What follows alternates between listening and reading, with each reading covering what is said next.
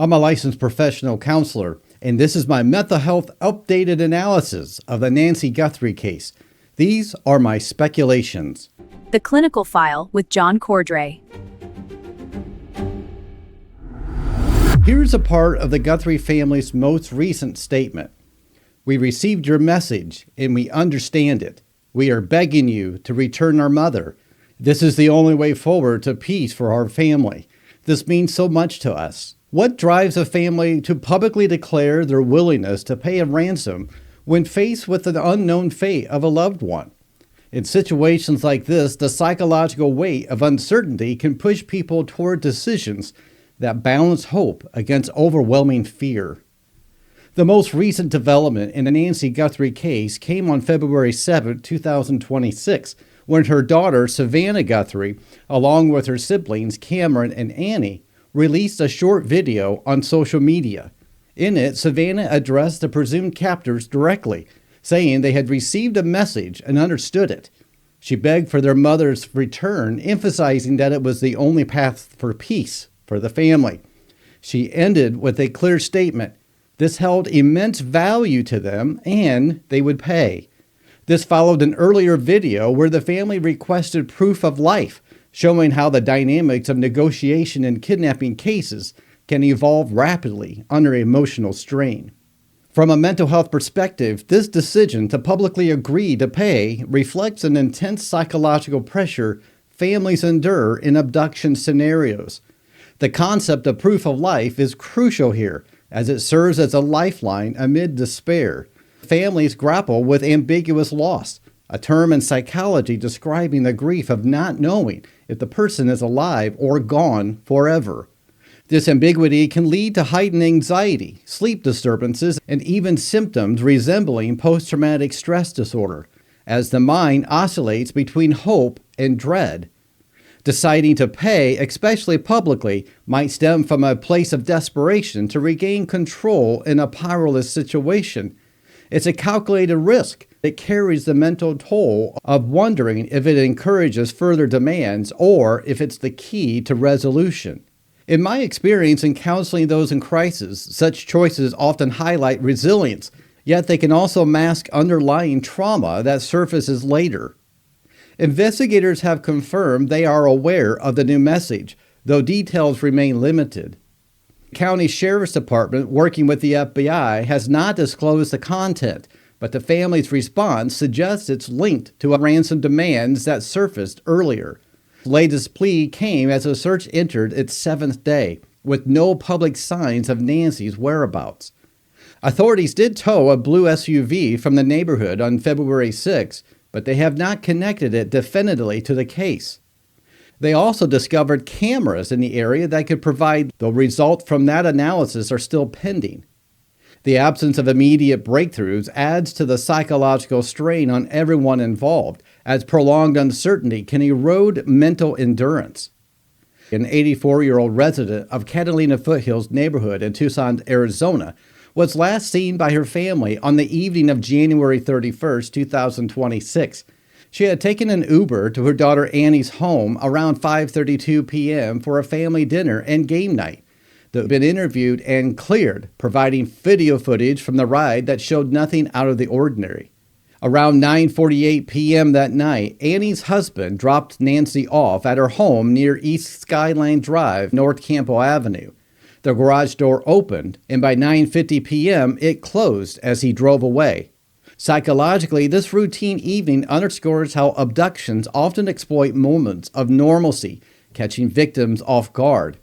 For an elderly person like Nancy, who lived alone but stayed active in her community, the vulnerability might tie into broader patterns seen in victimology. Kidnappers sometimes target those perceived as isolated or affluent, assuming quicker resolutions through ransom. In terms of mental health indicators for potential perpetrators, though none have been identified, such acts could point to traits like opportunism or entitlement, where the individual rationalizes harm for personal gain. Speculatively, this might link to disorders involving impulsivity or antisocial tendencies, but without specifics, it's important to avoid overgeneralizing. The fact that Nancy was likely asleep when taken adds a layer of violation, as sleep represents a state of ultimate trust in one's environment. The timeline takes a darker turn in the early hours of February 1st at 1:47 a.m. Nancy's doorbell camera disconnected, which investigators believe was intentional. Then at 2:12 a.m., the home software detected a person on camera, but no video exists because the subscription for recording had lapsed.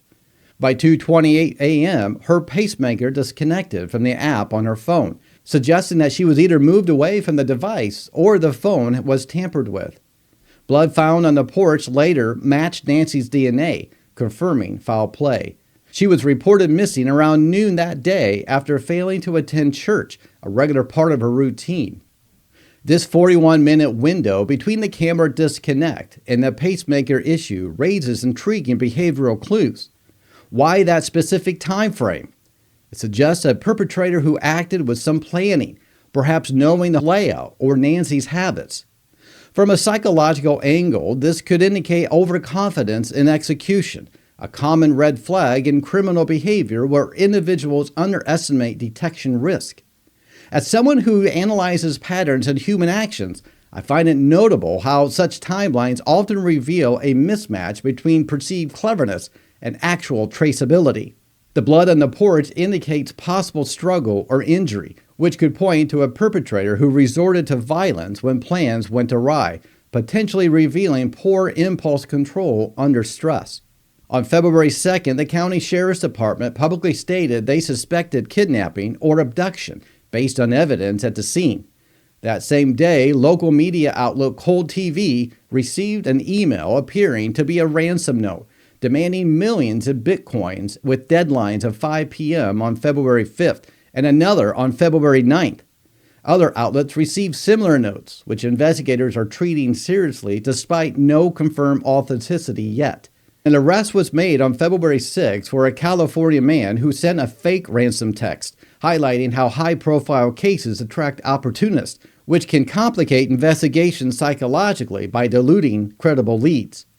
This imposter element introduces the psychology of a copycat behaviors, where individuals with attention-seeking tendencies exploit tragedies, often stemming from unmet needs for significance in their own lives. The family's first public response came on February 4th when Savannah posted a video pleading for proof of life and expressing readiness to negotiate. This shift to the February 7th video affirming they would pay illustrates the emotional progression in crisis management. Psychologically, agreeing to pay involves weighing cognitive biases like loss aversion, where the fear of permanent loss outweighs financial cost. For the family, this public stance might also serve as a coping mechanism, transforming passive waiting into active engagement. However, it risks escalating demands, as seen in historical kidnapping cases where initial concessions led to prolonged negotiations. The wording in the video, mentioning a celebration with Nancy, could reflect a subconscious effort to maintain positivity, a common defense mechanism against despair. As the search continues, investigators have returned to Nancy's home multiple times, canvassing the neighborhood and analyzing digital footprints. The absence of suspects keeps the focus on the behavioral analysis of the evidence. For instance, the disconnection of devices points to someone with technical knowledge or preparation, potentially indicating a motive beyond random crime. Speculatively, kidnappings for ransom often involve perpetrators with financial desperation or grudges, where mental health factors like untreated personality disorders amplify risky behaviors. Yet without identification, we must consider victimology. Nancy's profile as a widow living in an upscale area might have made her a target for those perceiving vulnerability. And the lack of forced entry suggests possible familiarity with the home, raising questions about trust and betrayal, themes that can trigger deep-seated abandonment issues in families if proven. The psychological impact on a family cannot be understated. Savannah, as a public figure, has balanced her professional duties with this personal crisis, stepping away from her Today Show role temporarily. Her siblings have appeared united in the videos, holding hands, which suggests a collective resilience forged through shared trauma. In therapy terms, this unity can buffer against isolation, but the ongoing uncertainty might manifest as hypervigilance or intrusive thoughts. Psychological questions arise here. How does one process the betrayal inherent in abduction from one's own home? It shatters the illusion of safety, potentially leading to long-term anxiety disorders if not addressed. For Nancy herself, if she's enduring captivity, the isolation could exacerbate age-related cognitive strains, emphasizing the need for compassionate speculation on her mental state. Going deeper into the motives, ransom kidnappings historically show patterns where perpetrators exhibit narcissistic traits, believing they can control outcome without consequences. The choice to send notes to the media rather than directly to the family could indicate a desire for attention, a red flag for certain psychological profiles. This appears to be another example of relying on the optimistic view of evasion given the rapid involvement of federal agents. The fake ransom arrest adds a layer, showing how societal fascination with the case draws in individuals with their own mental health challenges, perhaps seeking relevance through deception. As a counselor, I see this as a reminder that crisis can reveal broader societal issues, like the allure of notoriety in a digital age. Nancy's background adds context to the analysis. Born in 1941, she raised her family in Tucson after moving there in the 1970s. Described as independent and community-oriented, her sudden removal disrupts not just her life, but the relational dynamics all around her. From a mental health standpoint, elderly victims in abductions face compounded risk, including confusion or exacerbated health issues under stress. If alive, the trauma of captivity could lead to acute stress reactions, emphasizing the urgency of resolution. Her pacemaker, meant for health security, becoming a clue in her disappearance, highlights how technology can both aid and haunt in unexpected ways.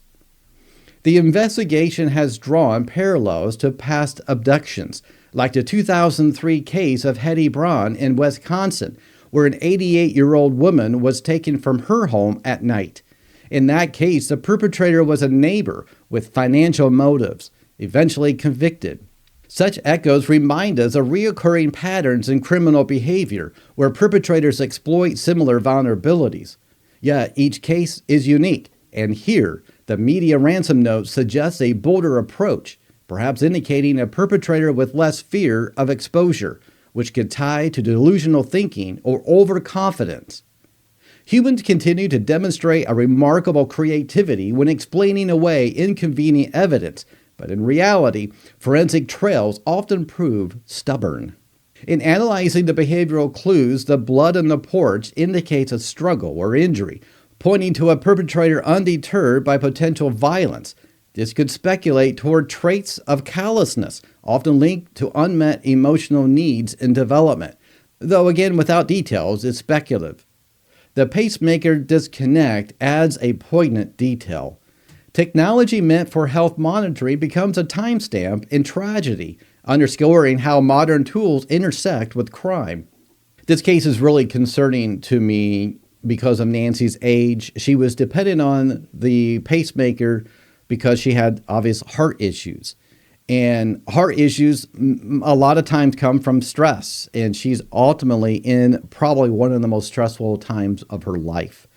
It's very concerning to me, her age. It doesn't take much to harm an elderly person. And it's very, very difficult to recover. And unless these captors are medical professionals, they are likely not going to be able to give Nancy the care that she needs. It's very concerning. And you can see it in the eyes of Savannah and her siblings on those videos. They are very, very concerned and very afraid, as you can imagine what this would be. This is a very private matter, but it's become very public. I want us as a audience, if you will, to really give some grace to this family. Really avoid speculations. Really try to avoid pointing fingers here. We don't know. Don't speculate. You can have your ideas and your opinions about this case, but don't speculate and don't put it publicly.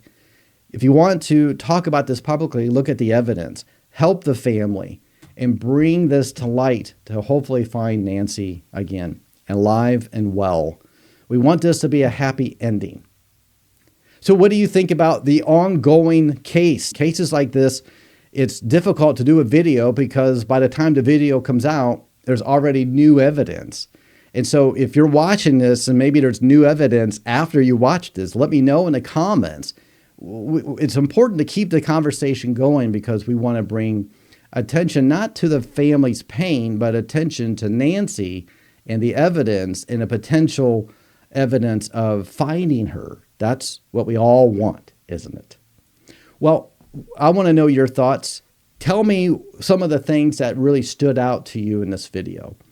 And if this video was helpful for you, subscribe. And I really want you to watch this next video. It's another interesting story that I think you'll find very intriguing with the psychological twists and turns.